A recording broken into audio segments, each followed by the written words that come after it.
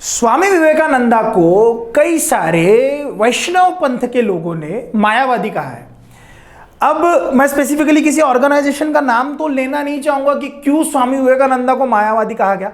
और स्वामी विवेकानंदा नहीं, स्वामी विवेकानंदा के साथ साथ में आदि शंकराचार्य को भी मायावादी कहा गया है।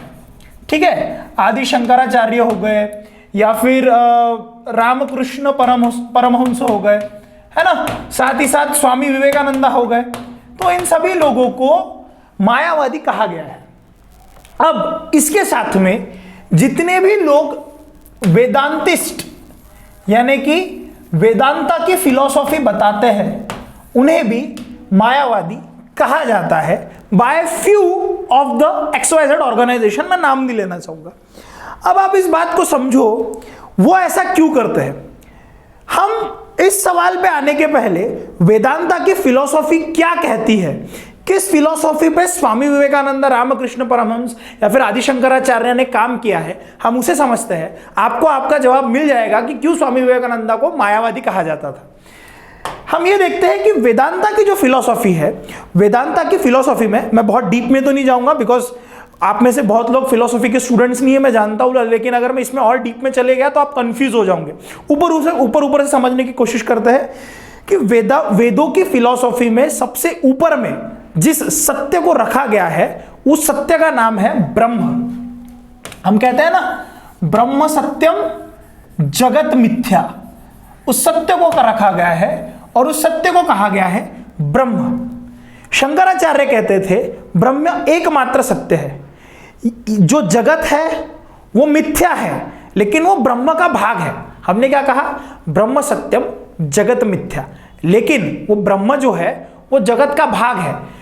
फिर जगत यदि ब्रह्म का भाग है तो ब्रह्म भी सत्य, जगत भी सत्य होना चाहिए। बिल्कुल, वो भी सत्य है, लेकिन सत्य को डिफाइन करने के लिए 3 स्टेजेस शंकराचार्य ने बड़े स्पेसिफिकली बताई है। उसमें से सबसे पहले आती है प्रतिभासिक।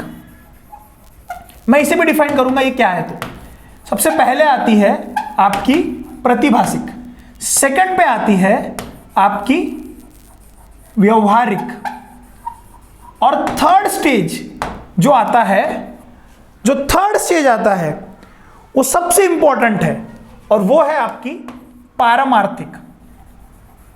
अगर आपको ये समझ जाए, ये 3 स्टेजेस आपको समझ जाते हैं तो आपको आपके थंबनेल का जवाब मिल जाएगा और आपको समझ जाएगा कि उन्हें मायावादी क्यों कहा गया था, और आपको यह भी समझ जाएगा कि वेदों की फिलॉसफी एक्चुअल में क्या कहती है। समझो इस बात को।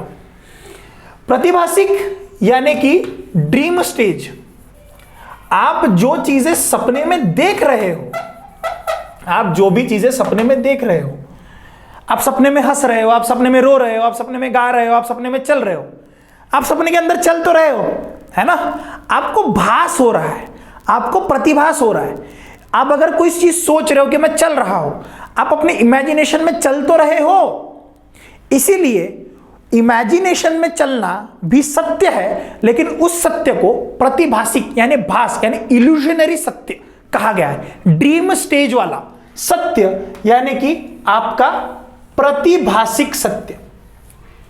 यहां तक समझे। अब मैं आप लोगों से बात कर रहा हूं, है ना। नाउ आई एम, थोड़ा सा मैं जागृत हूं, मुझे पता है कि मैं सपने में नहीं हूं, थोड़ा सा उठ चुका हूं। ये जो सत्य है जहां पे मैं आप लोगों से बात कर रहा हूं, इस सत्य को व्यवहारिक सत्य कहा गया है। डे बाय डे के व्यवहार में यह भी जगत यानी कि माया के ट्रैप में आता है। ठीक है, माया को भी समझेंगे हम जब कह रहे हैं ना जगत ब्रह्म सत्यम जगत मिथ्या, या फिर हम जो कहते हैं कि सब मोह माया है, माया के ट्रैप में, वो मोह माया क्या है उसे भी हम समझते हैं। तो जगत जो है यह व्यवहारिक लेवल पे है। ठीक है, मैं आपसे बात कर रहा हूं, यह भी मिथ्या है लेकिन यह सत्य है। अब आप कंफ्यूज हो रहे होंगे, अब इस बात को समझो। हम जो कुछ भी कर रहे हैं हम ये व्यवहारिक तौर पे कर रहे हैं, यानी ये हमारा आपसी व्यवहार है। मैं जो सोते हुए सपना देख रहा था इन द ड्रीम स्टेट, वो सिर्फ मैं देख रहा था, तो वो मेरे प्रतिभास का सत्य था। अब जो हमारे बीच में हो रहा है या फिर आप मेरा वीडियो देख रहे हो, मैं आपको वीडियो बता रहा हूं, आप कमेंट करोगे, ये सारा जो है दिस ऑल इज अ व्यवहारिक सत्य, यानी कि इस सत्य को बहुत लोग अनुभव कर पा रहे हैं, है वो भी सत्य। अब आएगा थर्ड लेवल का सत्य, दैट इज द पारमार्थिक सत्य। इस सत्य को तुम लोग डिफाइन नहीं कर सकते, इसके बारे में तुम बात नहीं कर सकते, इसे तुम लोग सिर्फ एक्सपीरियंस कर सकते हो, समझा? तुम कहीं पे जा रहे हो, कुछ मार्ग है उसमें, जैसे कि via the meditation, via the different paths, if you are going through this, 108 तरीके बताए हैं इन सत्य को जानने के, उसमें से एक तरीका गौतम बुद्ध ने बताया। 108 उपनिषद है, 108 तरीके हैं, और उन 108 तरीकों में से 108 तरीकों में से एक तरीका गौतम बुद्ध ने बताया, एक तरीका महावीर जैन ने बताया, शिव ने 108 तरीके बताए। तो ये सारे तरीके हैं उस सत्य को जानने के। अब इस बात को बड़े गौर से समझो कि फिर इस सत्य को डिफाइन नहीं किया जाता तो फिर इस सत्य को एक्सपीरियंस कैसे करेंगे? तुम्हें जब तुम एक्सपीरियंस करोगे तुम्हें खुद समझ जाएगा, तुम बता भी नहीं पाओगे। रामकृष्ण परमहंस जो है वो ब्रह्म को हमेशा एक्सपीरियंस करते थे, वो खुशी से नाचते थे, हंसने लगते थे, रोने लगते थे, उन्हें समझ में ही नहीं आता था कि मुझे ये जो हो रहा है ये ब्रह्म है। लेकिन जो हमारे व्यवहारिक भाषा का ज्ञान है वो इतना अपूर्ण है कि हम उसे डिस्क्राइब नहीं कर सकते, है ना? और एक बात अब बहुत गौर से समझना, जिसे तुम ईश्वर समझ रहे हो, विष्णु है, शिव है, कोई भी है, ये विष्णु शिव ये सारी की सारी चीजें जो है वेदों के हिसाब से ये भी एक तरह से मिथ्या ही है। This is also an illusion. Reason being, ये इल्यूजन इसलिए है क्योंकि यदि गौतम बुद्ध को हम भगवान मानते हैं, यदि हम श्री राम को भगवान मानते हैं, यदि हम श्री कृष्ण को भगवान मानते हैं, तो श्री राम को 14 साल का वनवास क्यों हुआ? श्री कृष्ण की नीति क्यों फेमस है? भगवान होने के बाद भी उन्हें कर्म करने पड़े। गौतम बुद्ध अगर भगवान है तो उन्हें 6 साल तक भटकना क्यों पड़ा? उनके बाद 49 डेज का तप क्यों करना पड़ा? आपको अब इस चीज को समझना होगा, जिन्हें हम भगवान समझ रहे हैं वो परम योगी है, वो इन सत्य को जानते हैं, वो इस सत्य के लेवल तक पहुंच चुके हैं, वो इस ब्रह्म में लीन हो चुके हैं, वो इस पारमार्थिक सत्य का भाग बन चुके हैं, वो इन चीजों को एक्सपीरियंस कर चुके हैं। जब आप इस पारमार्थिक लेवल पर चले जाओगे और ब्रह्म में लीन हो जाओगे, आपको भी उसी भगवान का दर्जा दिया जाएगा। क्योंकि हम क्या कहते हैं? अहम ब्रह्मास्मि, मैं और आप ब्रह्म का हिस्सा है। फिर हमने माया किसे कहा, हमने मिथ्या किसे कहा? अब इस बात को समझो, यदि कोई मैजिशियन है वो अपने हाथों में से सिक्के निकाल रहा है, ठीक है, यदि कोई मैजिशियन है वो अपने हाथों में से सिक्के निकाल रहा है, एक्चुअली वो अपने हाथों में से सिक्का नहीं निकाल रहा, he is showing us a trick, he is showing us a trick. The moment you will realise the trick, जिस समय उसे तुम्हारी ट्रिक पता चल जाएगी, वो मैजिक मैजिक नहीं रहेगा। उसे समझने के लिए, है ना, जब तक हम माया के ट्रैप में है, जब तक हम इस मिथ्या के ट्रैप में है, till we are ignorant person, the moment we will have the paramarthic level of knowledge, we will realize that Brahma and Maya is no more different, but the Brahma and Maya or Maya is just a mere reflection of Brahma. It is a trick of a Brahma. That's why all the jivas are trapped here. अब समझे? कहने का तात्पर्य यह है, इसीलिए स्वामी विवेकानंद कहते थे कि मैं चाहता हूं कि तुम राम बनो, मैं चाहता हूं कि तुम गौतम बुद्ध बनो, मैं चाहता हूं कि तुम श्री कृष्ण बनो। और कुछ लोग ऐसे हैं जो आपको उनका सिर्फ भक्त बना के रखना चाहते हैं, है ना? तो आप जब उनके भक्त रहोगे तो आप कभी भगवान नहीं बन सकते। लेकिन ये एकमात्र ऐसी संस्कृति है जो कहती है किसी भी चीज को मानो मत। अगर आप मान रहे हो तो आपकी संस्कृति में और अब्राहमिक संस्कृति में कोई फर्क नहीं है कि आपको कोई वो बता देगा कि ऊपर से ये आसमानी किताब आई, इसे मानना होगा, इसी में सब लिखा है। आपने जाके देखा क्या? सवाल करना मेरा काम है भाई, हर किसी का दायित्व है। अर्जुन ने श्री कृष्ण से सवाल ही तो किया है, मां पार्वती ने शिव जी से सवाल ही तो किया है। जब शिव जी को सवाल पूछा जा सकता है तो आपसे मैं सवाल क्यों नहीं करूं? सही बात है। आपको जब तक आप निकल के उस सत्य को ढूंढेंगे नहीं, उस सत्य को जानोगे नहीं, आप जब तक सेल्फ एक्सपीरियंस नहीं कर रहे हो, आपने जब तक देखा नहीं है, आप कैसे कर रहे हो भगवान है कि नहीं है? अब समझ में आया? जो व्यक्ति ये कहता है कि भगवान नहीं है वो मूर्ख है, और जो व्यक्ति ये कहता है कि भगवान है वो भी मूर्ख है, क्योंकि इसने भी जाके नहीं देखा और इसने भी जाके नहीं देखा, है ना।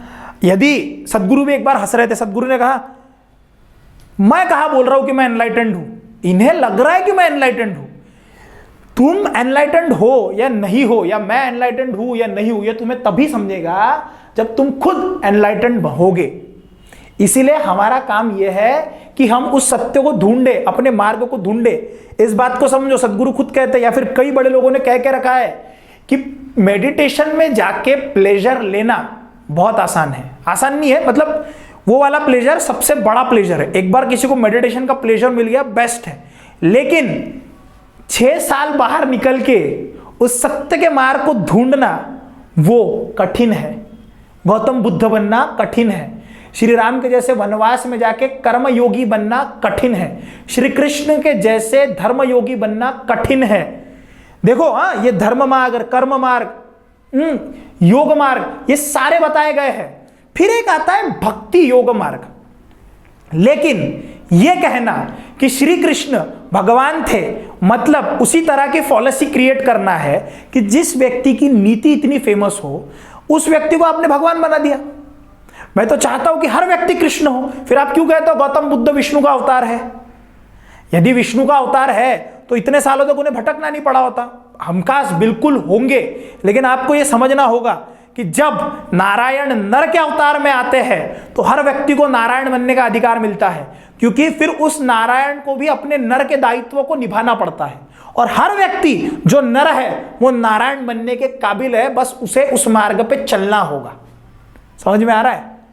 और यह अनुमति आपको वेद देती है, यह अनुमति आपको ब्रह्म की ताकत देती है, क्योंकि हमने क्या कहा, अहम ब्रह्मास्मि शिवोहम शिवोहम। लेकिन कुछ ऑर्गेनाइजेशन ये नहीं चाहेंगे, इसीलिए उन्होंने स्वामी विवेकानंद, शंकराचार्य, रामकृष्ण परमहंस और बहुत लोगों को सीधे सीधे तौर पर मायावादी घोषित कर दिया, क्योंकि इनके हिसाब से जो भी हम कह रहे हैं कि भैया ईश्वर भी माया का एक स्वरूप है, आपने ईश्वर को देखा है क्या? Are you an enlightened being? तो आप कैसे कह रहे हो ईश्वर है? मैं तो कह रहा हूं ना कि जाओ, निकलो, उस भगवान को ढूंढो। जब मिलेंगे तब तुम्हें बताने की जरूरत नहीं पड़ेगी, लोग तुम्हें खुद भगवान बना देंगे। तब तक नहीं मिलेगा तुम्हें।